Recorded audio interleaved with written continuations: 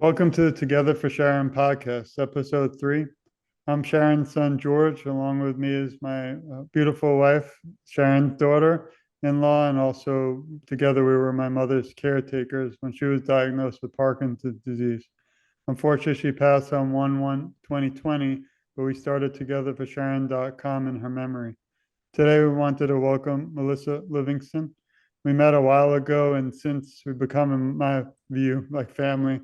We've all been brought together, in my opinion, to help raise awareness and hope for a cure. Welcome, Melissa, and I just wanted to tell you personally how inspiring it is to see all the work you're doing as well through advocacy and social media. I know you recently teamed up with Drive Toward a Cure and working with your local congressman or woman to help in the national end Parkinson's disease legislation. So welcome again. Thank you so much. I'm happy to be here. Thought we Welcome, just thought we just start if you want to tell us a little bit about yourself. Let's see. Well, I'm a mom of 4. We just moved to Texas because I met someone who also has Parkinson's, and we hit it off and decided that we were gonna go on this adventure together. So Greg and I just drove 1,400 miles with 2 kids, 2 guinea pigs, and 2 cats in a minivan all the way to Texas. I was diagnosed with Parkinson's in 2020, but I had symptoms since 2016. So I kind of had an idea that it was going to be something kind of not great. But they did originally diagnose me with multiple sclerosis, and then rescinded that diagnosis, and like, we don't really know what it is. So it takes time. It's a very tricky disease. But when I was diagnosed, I promised myself, I felt very alone. I was in a bad relationship and a lot of stuff going on. So when I was diagnosed, I promised myself that if I could help one person who was diagnosed with Parkinson's not feel the way that I did when I got diagnosed, then that was what I was going to do, which kind of started this whole advocacy, and it's just become tumbleweed, but a very good one. That's wonderful. Thank you so much for introducing yourself, Melissa. I was wondering, you touched on it, that you were initially misdiagnosed. What were the symptoms that led to you even going to the doctor to get a diagnosis for? Well, originally I thought I had carpal tunnel. I worked for a printing company, and I used the mouse like 8 hours a day. Right. So originally I was like, oh, I have a little carpal tunnel.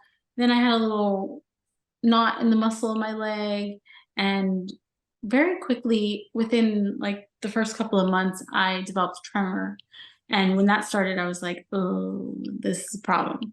So I probably started symptoms around like fall of 2016. I didn't go to the doctor until February 2017. I pushed it off because it was busy season and things like that. I was like, oh, it's probably just carpal tunnel.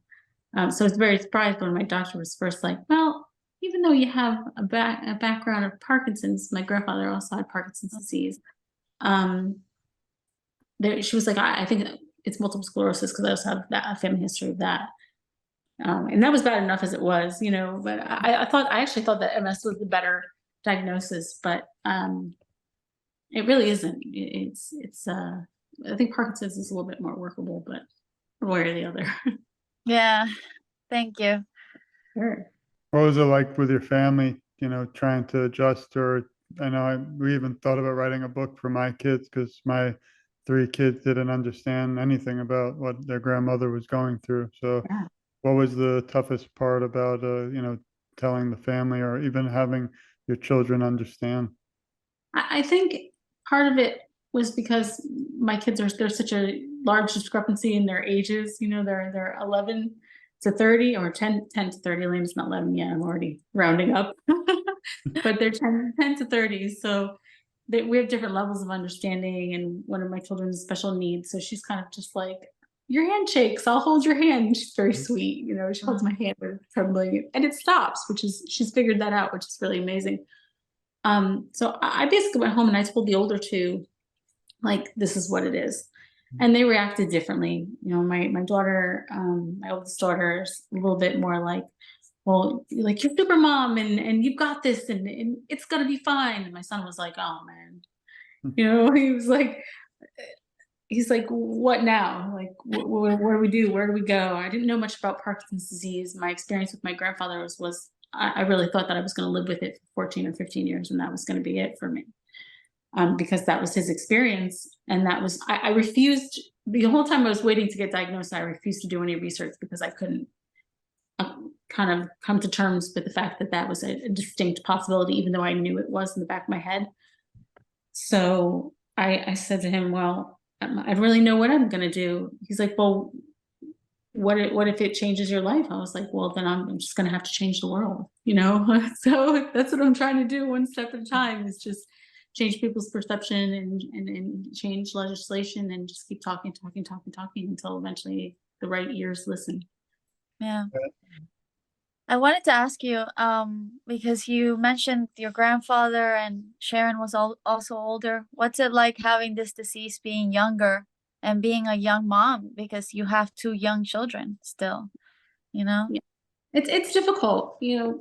Greg and I both kind of go through that because he has a son who's 9.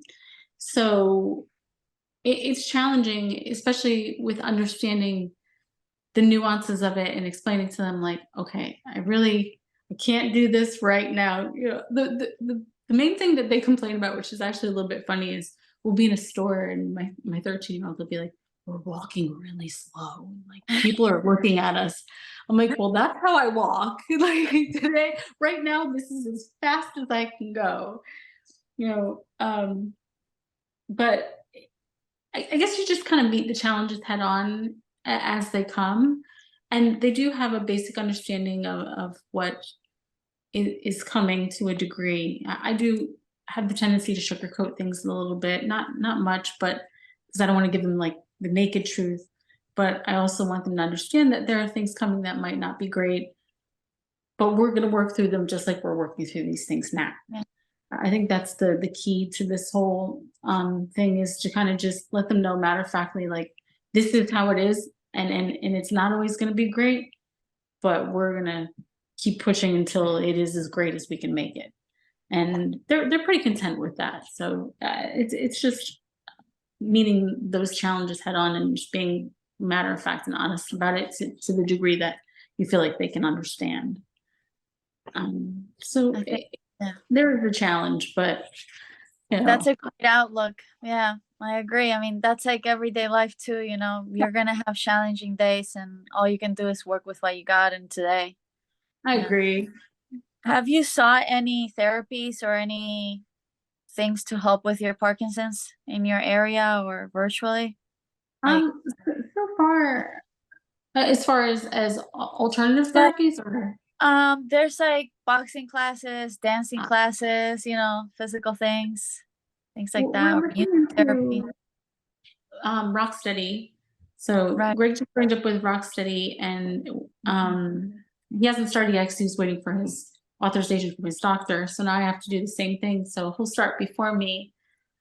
So we're going to do that together. So I thought that would be cool, and that's good for neuroplasticity and also for you know, offsetting the symptoms and delaying the progression, things like that.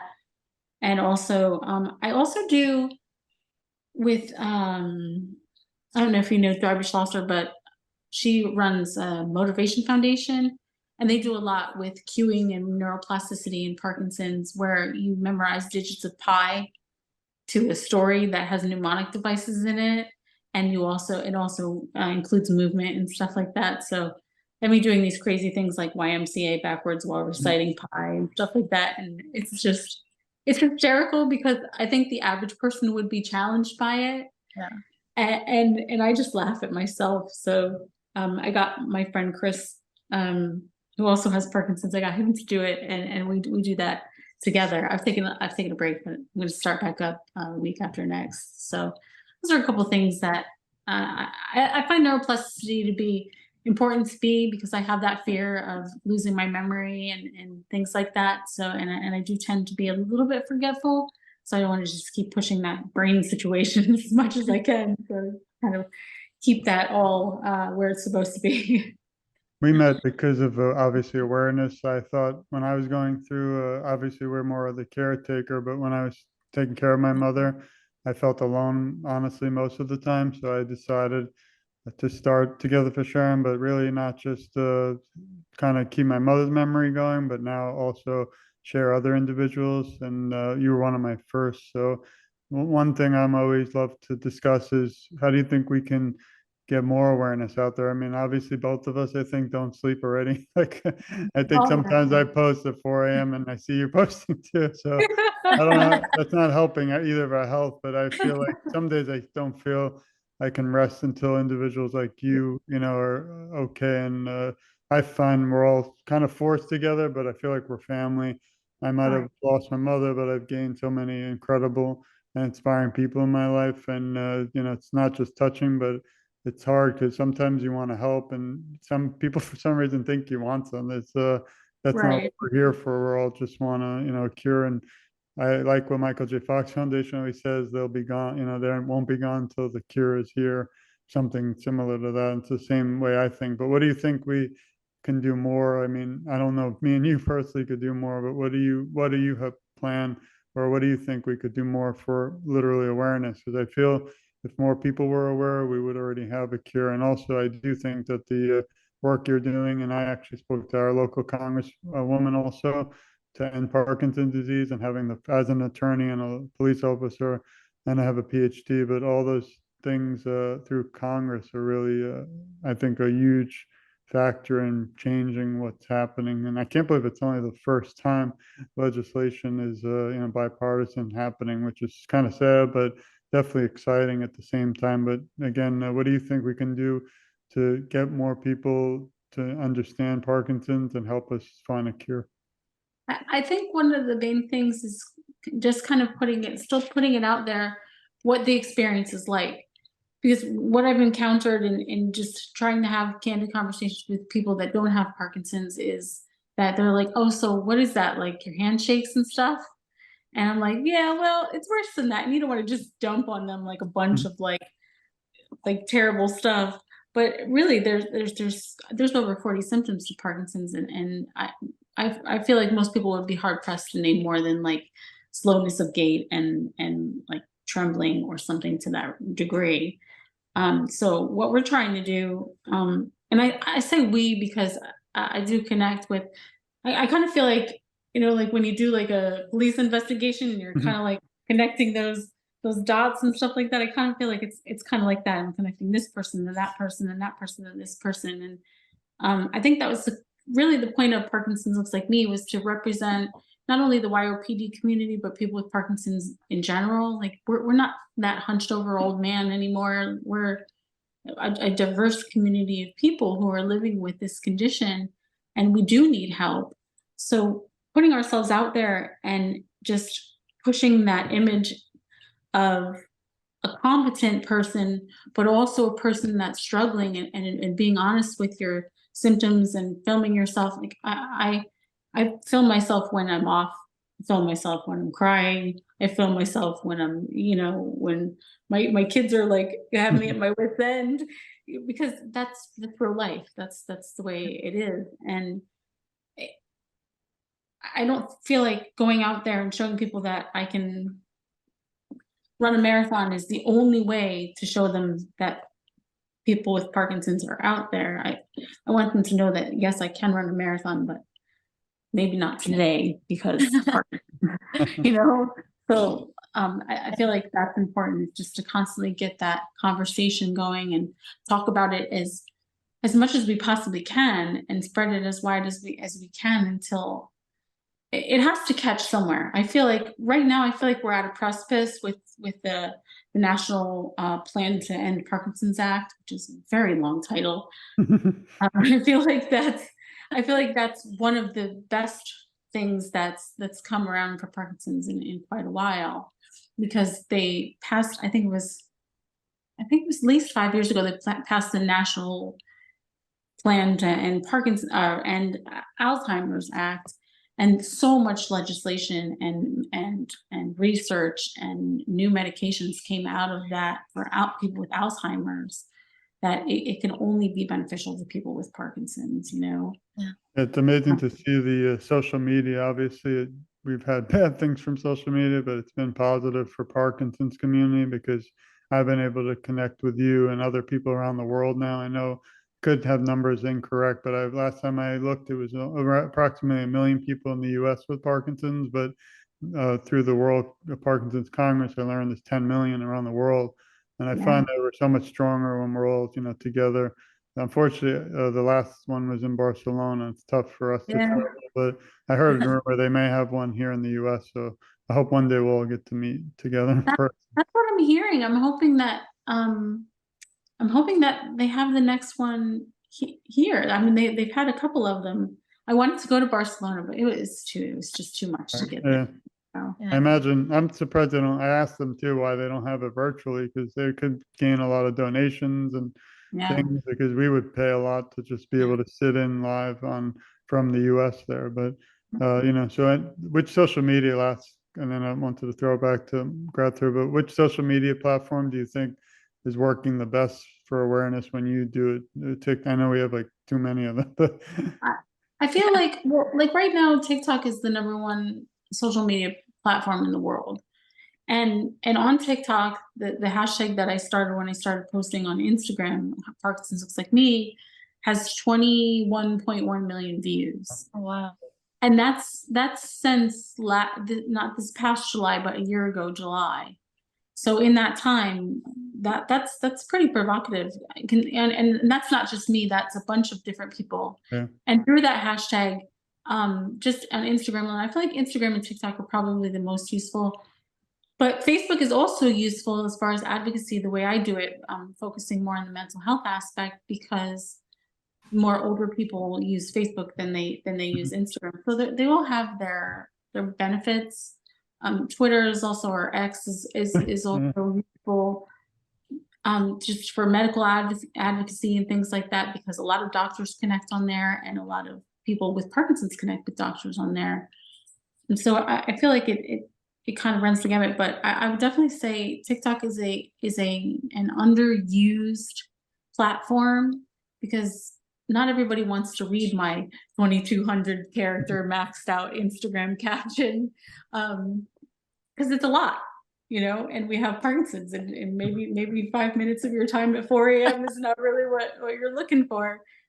Even though I think it does pretty well. So I do honestly think that short videos like that, just kind of putting it out there and getting the message out to people, not only people with Parkinson's, but people outside of the Parkinson's community, is something that will help us. And there's several creators on there that do have that following, where it's not just people. Mine is almost completely people with Parkinson's or caregivers. Somebody like say Amber, like not the fake Amber, she's the one that, like, she has diverse followings where it's not just people with Parkinson's, and I think that's so important, because that's where the awareness is going to come from. Yeah, we just did an interview recently too with her. Yeah, she's wonderful. She does a lot for the community. You touched exactly what I wanted to ask you about advocacy, and I think even earlier you spoke about being vulnerable, and that's how you've been able to reach and connect with people. And I think that's one of the hardest things for people to do. And for other people that's hard to do, at least you're reaching them, even if they can't speak for themselves, because being vulnerable, in my opinion, is like one of the hardest things. Yeah. So, while you're down, while you're having a good day, every time of the day, this is you and this is what it looks like for you. I think that's the most powerful message you can send, and also reach people in the mental health area, and beyond. So I think you're doing a wonderful job, and I'm really proud of you. Thank you very much. I appreciate that. It's a hard thing to do, put yourself out there. And I was never that person. Yeah. I was the introvert, like stand in the back of the crowd, don't look at me kind of person. And one day I just was like, I'm going to post some stuff on Instagram, and then I'm going to do a TikTok. And it kind of just, it just Yeah. latched on, and then Parkinson's looks like me kind of took its own path, and suddenly, we were connected to people in France. France did Parkinson's Say Moi, and Spain did Parkinson's Looks Like Me, but they did theirs, just for people from Spain. They did it in English. But like Compete of Parkinson did their part, and we did one here, and then other people have done similar videos and stuff like that, and all these people are connected. Connected people in Northern Ireland to other people in Northern Ireland who now work out together. Connected people connected people in England who are now friends. And a lot of people don't know that Parkinson's Look Like Me is me, because I don't really put myself out there, because I'm not looking for like, hey, look what I did. But I think it's really cool that the community is connecting, because the more that we do that, the more that we're going to plug those holes that need to be filled, and something is going to happen from it. I honestly believe that we're on the cusp of something very, very big for people with Parkinson's, and it's just a gut feeling, and a little bit of hope, a little bit of fairy dust, but I do honestly think that these candid conversations are really, really going to help in the long run. I agree. Yeah. What are some of the goals you have set for the future, with your awareness and advocacy? We want to update the Parkinson's Look Like Me video, because it has old stats on it. The Parkinson's Foundation has now said originally they were like, okay, 60,000 people get diagnosed with Parkinson's disease every year. Now they're like, no, it's more like 90,000 people get diagnosed with Parkinson's disease. I actually reposted the one you're talking about, and then they corrected me. Which is sad, because that's a bad sign. You don't want more people. You want less. Like, no, that's the wrong one. But I mean, how quickly? We just put out Parkinson's Looks Like Me. We put that video out in like towards the end of August last year, and sometime in late spring, early summer was when the Parkinson's Foundation, right around Parkinson's Awareness Month, which is April, right around that time was when they changed the stats, and I was like, oh my gosh, that's so many people, and there's so few resources for people with Parkinson's here in the US. I can only imagine where it is, like how it is in other countries that don't have the benefits that we have here. Like, what are they doing? 90,000 people a year. That's every 6 minutes, somebody gets diagnosed with Parkinson's disease in the US. It's a provocative stat. You don't think of it that way, but when it comes down to it, that's a lot of people every day. When I research individuals who I want to share this journey, I've been trying to find unique stories, but also people like you mentioned around the world. And even the other day, I spoke to someone from Nova Scotia. I don't think I've ever even said that. But I actually did an interview with him, and then we just spoke with Parkinson's Africa. So it's really incredible, because of technology, how you can really reach people, and they need a lot of help, because again, they don't have the technology or the tools. So I feel like we're helping, one another. And I do think it's a smaller family, unfortunately, with the awareness. If you, Mark, and Esther were the first three individuals I loved when I watched all your, posts, and you were the three that kind of pushed me to do much more. So I have to thank you three. We're speaking with Mark next month. But the three of you, I always go back. Like, some days are hard and still miss my mother, but I feel like, giving up even though she's passed. But what motivates me to keep pushing is seeing the three of you and all the other people out there in the Parkinson's community. And I'm kind of aggressive, as you know, I'm pushy, but it's really it's really for good reasons, because I feel like if I miss, my goal too, like you said, is if I could just teach one person about awareness, and I've done all, it's enough. But it kills me sometimes in my heart that somebody I meet doesn't want to kind of share. And not if you're diagnosed, I completely understand privacy, but sometimes when like a big organization doesn't want to, that's the problem. It's really the awareness.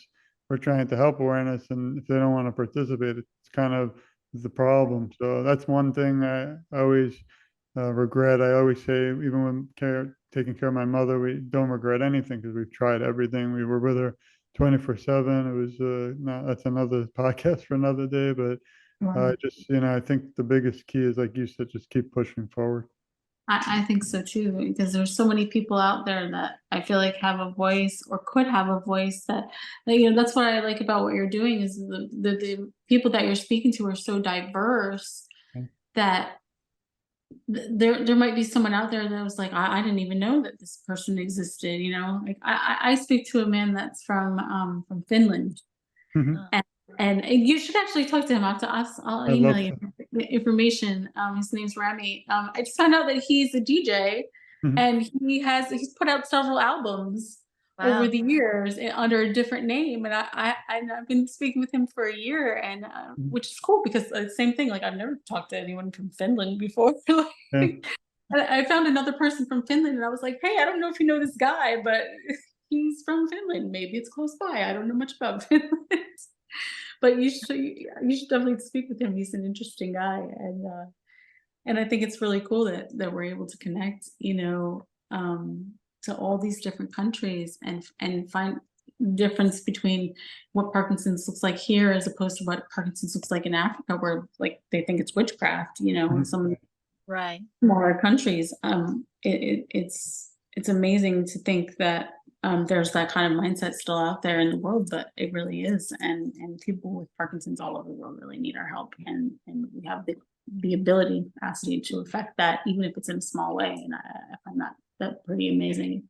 If anything, if I was gifted anything from this diagnosis, it would be the fact that I've learned that there's a bigger world out there than I ever imagined, and that's pretty amazing to be able to experience that.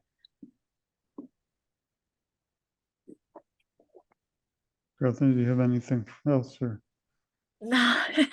Yeah, just to finish up, I also agree with what you're saying, and the one thing that also, I wish you can't reach everyone, obviously, but there's people out there that aren't aware of us, and that's Mm. why we have to keep pushing, keep doing what you're doing, and really wanted to again thank you for your time. I don't know if you had anything else you wanted to share before we wrap up today.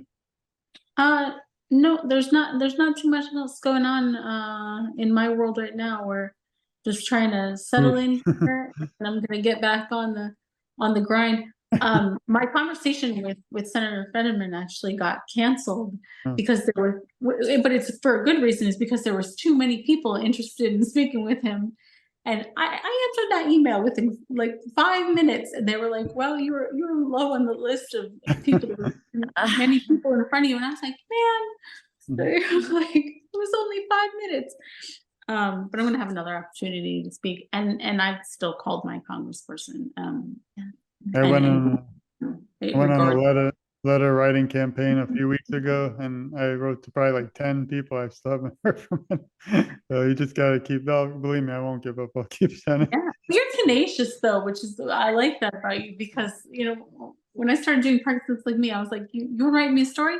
No? Okay. You wanna write me a story? No, okay. Now I'm like, hey, let me write the story about you. If you don't have time to do it, I'll do it for you and I'll start writing it out. I just feel bad. Like again, I think you're inspiring, and I feel bad what people don't know about you. And the good thing is I'm in law enforcement. I'm a lawyer and a professor, so at least safe here on the good side. Right. You're like your information. I think Greg is And actually my retired. wife and I do a lot of the walks here for Parkinson's Foundation, for the American Parkinson's Disease Association. And well, I always tell this story on podcasts, but we'll have a table and we're in the middle of like all the pharmaceutical companies. So it's like, people are shocked when they come up to us and we just hand them the band. This is the band. I think I told you we have like give out free bands. Yeah. We really don't want anything but to tell them we love and support you and everyone. And when they find that out, they actually start crying and they hug us, and it's great. But I feel bad because it's like we don't want anything literally, and it's we kind of lumped with the pharmaceutical people who are selling. We love them too, but it's just it's interesting how any awareness goes for anything, but Parkinson's is the one that I'm concentrating the most Yeah. on. And my mother's funny too. If she was here, if you met her, she would be telling us, "Don't waste your time, George, and grab like go spend it with the kids." But that's not something we try and do that too, obviously, but I just find it like even not sharing someone's story is not just what drives me, but also kind of hurts me sometimes because I just feel that we need to get it more out there, and I don't want to leave anyone out, that's the big thing. Yeah, yeah, I agree with that too. Like it's so few and far between that you go to one of these events and it's not like somebody's looking to sell you something. And we did a symposium in April, and we had our Parkinson's Looks Like Us bracelets, and I was just like, yeah, here's a free bracelet, and they were like, for what? And I was like, because it's cool and you wear it, and they were like, well, oh, all right, like they just wanted to know, like, well, what are you about? And I was like, I'm just a person with Parkinson's talking to people with Parkinson's. And then people were surprised. They were like, what's your angle? Yeah, Yeah. But I it's mean, really all there is. there could be someone, that never heard of any of us, and then they see this podcast, and you might even change a life. So that's why I Yeah. think we can all agree that we do this. So, and Yeah. then that I just wanted to really thank you for your time. I know I've been playing this for a while. I was excited for this I day. know. And I hear so much about you, Melissa. Oh, thank you. Yeah, but thank you. I'm so The glad day to that hear Josh that. met you, he's like, "Oh, there's this lady on TikTok," and he's showing me the videos and all this stuff, and I was like, "That's really cool." And then I knew he would eventually get to you because, like you said, he's very persistent. Yeah. Yeah. There's Well, nothing that doesn't get in his mind or a person that he doesn't see that he can't get to. oh, and a good. You've done quite a few people that I'm like, oh man, he did that too. That's so good. It's so I still, funny. I think I get excited when they post because it's like, again, we're sharing someone's journey. But I think the day that you don't have that excitement is really the turning point. But right now, I just, there's so many individuals I've spoken to that, I'm excited that are coming, but also there's so many that I haven't. And even the other day, I just learned about someone else. And through the Michael J. Fox Foundation, I'm looking at all the nice books on their resources because they just recently added us. So I get to see all the other, yeah, it's amazing. I took 3 years of just telling people that, we want to support them. And Michael J. Fox's movie, I don't know if you saw, but that really did great. It's sad, obviously, but great impact because I don't read the comments sometimes on social media because unless it's ours, we've had really positive, but a lot of people on his comments or people who post about his movie were saying literally like I never heard of Parkinson's and I really appreciate you doing this movie because now I know what it is. So those are like just inspiring and life changing things. And I again just to end, I feel that there's somebody out there right now that's going through whether a caregiver like us or someone diagnosed like yourself and they are alone and I don't want them to feel alone. So I want them to know that not just this podcast, but we'll always be there. And we actually respond on like the famous celebrities to your to the messages and things. So I'm always Oh, yeah. available anytime. Yeah, I saw you got the Earth, Wind, and Fire like Oh, yeah, that was link. cool. That's so cool. The ironic thing is, right, I'm a bit. When my mother grew up, she forced me to listen to Lionel Richie, Kenny G, Michael Bolton, and Barry Manilow, and uh, I fell in love with Lionel Richie too. So we actually, Oh my wife, yeah. we saw him a month ago live. So Same.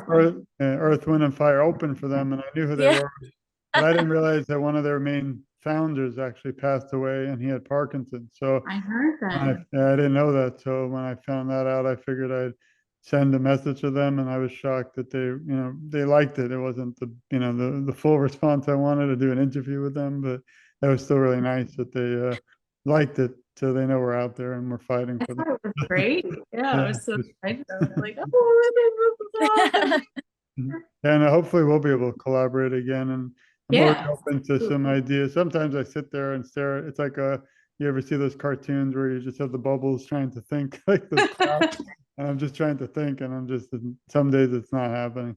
But Some days you come up with a bunch of stuff, and some days you're like, I'm drawing a blank. yeah, exactly. But it comes. It eventually comes. I'm not one of those people where I can post something every day. Like Right. Esther, she's amazing. She's got stuff going on several times a day, and I'm like, I don't know how you do it. She's like, I'm tired.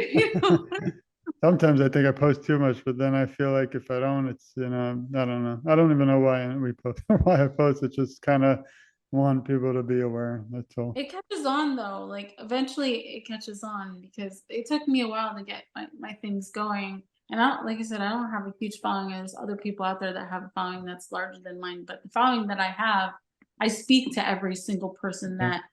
that I interact with every single person that follows me. So, I know people's names and what they're about. And, like I always see their pictures and I'm like, oh, this is so and so and so and so. Like, I have 1,000 friends just hanging around there. And, and it's awesome because, it does affect change. You don't realize what you're doing, posting, they say for the algorithm, posting 3 to 5 times a day is really good. So I feel like once that catches on for you guys, it'll make an even bigger difference. But in the meantime, you only need one person to affect change. And we don't know what's out there, that things that we've done for people that they've just not said anything. So I'm sure that there's so many more amazing things that you've done for people that you just haven't seen because they've not reached out. But that's the power of social media, which I find amazing. It's funny. Together for Sharon is just me and my wife. So if everyone sees it, they think it's like this corporate. We're not even, we're just a website. So we didn't want to be a foundation for reasons. It's just accounting and math. But Yeah. it's just funny because it's just me. So when I've done about 300 interviews in 2 months. So I'm kind of trying to take a break. But then every time I say break, I see somebody else's inspiring story and I'm like, you can't stop now. So like I always say, we're just getting started. I do the same thing. I'm like, oh, maybe I'll just take a little social media break. And then I'm like, Yeah. Later. Yeah. Well, again, I really wanted to thank you for your time. I know you just moved, so I'm really honored that you were able to join us today. And I was excited again, and we'll, obviously share this everywhere, share with you. But everyone listening or viewing this today, I want to thank you too for your time. This has been the Together for Sharon podcast with Melissa Livingston. And it's episode 3 of many. So hopefully we'll get to 300 someday. But again, thanks for all you do, your inspiration, tell everyone. And again, you're one of the reasons I keep going. So thank you again for everything. And thank you guys for having me. I really appreciate it. This is a great conversation. Thank you. And I will be posting this soon, coming soon to a theater near you, everyone. Have a great day. Thanks. Have a great day.